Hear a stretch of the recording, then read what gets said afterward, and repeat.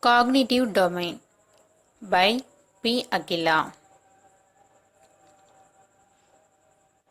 Synopsis. Introduction to Bloom's Taxonomy. Learning Objectives. 3 domains. 6 levels. Knowledge, comprehension, application, analysis, synthesis, evaluation, cognitive domain, GIOs and SOLs, and then conclusion. First, introduction to Bloom's taxonomy. Taxonomy means classification. Benjamin Bloom, along with collaborates, published Bloom's taxonomy in 1956. It is a taxonomy of educational objectives. Bloom gave a set of 3 hierarchical models which are used to classify educational learning objectives. Bloom's taxonomy was revised by Loudon Anderson in 2001 and it was published with the title A Taxonomy for Teaching, Learning and Assessment. Bloom's taxonomy is the classification of 3 levels of learning. It can be used by the teachers or educators to classify and organize learning objectives.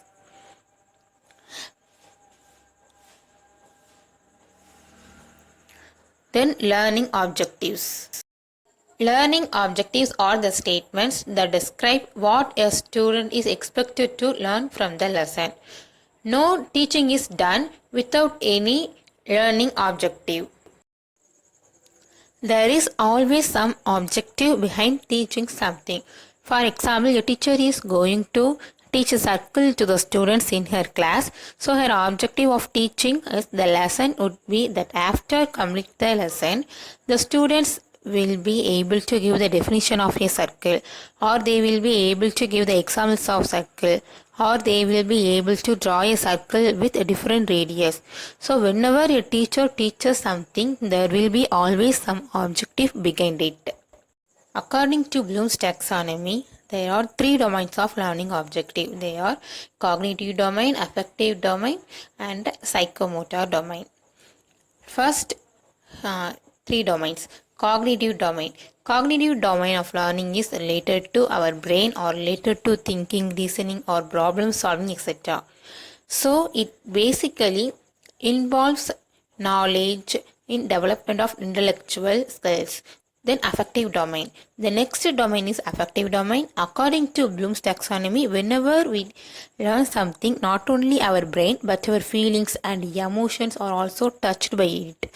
So learning is based in affective domain. Then psychomotor domain, it is related to motor skills or physical activities. If any one of the domain is left, then it means that the proper learning has not done. Bloom gave a hierarchical model for all these 3 domains.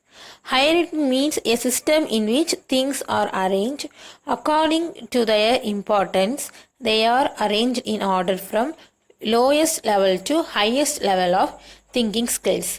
According to Bloom, learning should be arranged or structured in cognitive domain from easy level to highest level in the following steps. First one is knowledge, then comprehension, then application, then analysis, then synthesis, then evaluation. These are 6 levels of in cognitive domain. First one is knowledge. It is based on rote memorization. Suppose we learn something by heart and whenever it's required, we are able to recall it or recognize it, then this level of learning is called the knowledge level. For example, when the teacher asks the students to what is prime number, then the students will recall the definition of factor. Under this knowledge level, some action verbs are given. They are define, list, recall, recognize, repeat, select, quote, match, identify, recite, name, etc. So according to Bloom's taxonomy, knowledge means recall, recognize already learned informations. The next level is comprehension. This level requires comparatively more thinking skills. At this stage, a person is able to understand things. Here the students are able to explain or describe things in their own words. For example, when the teacher asks why 11 is prime number, then the student understand 11 has only one and itself as a factor. So he started to understand that 11 is a prime number. Here some action verbs are given. They are understand, translate, summarize, demonstrate, compare, explain, classify, infer, interpret, and amplify. The third level is application. When a person is able to apply the gained knowledge or concept or principle and theories in new situation, then it means that he reached in this level. For example, suppose a student has learned a definition of prime number and he also understands the concept of prime number. Now the teacher asks what prime factor of 135. Now if the student is able to apply her knowledge and understanding of prime number is calculating the factors of 135 in those factors which are prime number, then it means that he has reached up to the application level of learning of thinking skills in cognitive domain. Under this level, some action verbs are given. They are using and applying knowledge, using problem solving methods, implement, manipulate, execute, carrying out, etc. The fourth level of learning is analysis. At this level, a person is able to break the material down into several parts. It helps to illustrate relation with one another. At this level of learning, a person is able to differentiate between things and also he will be able to compare the things. That is, breaking information into its component elements and then exploring relation between them. For example, when a teacher asks how to find the prime factor of 135, then the student break the question into two parts. What are the prime factors of 135 and among that factors, what are the prime numbers? Some action verbs are given in this stage. They are compare, contrast and classify, different function, organize, deconstruct, attribute, integrate, organization of ideas, etc.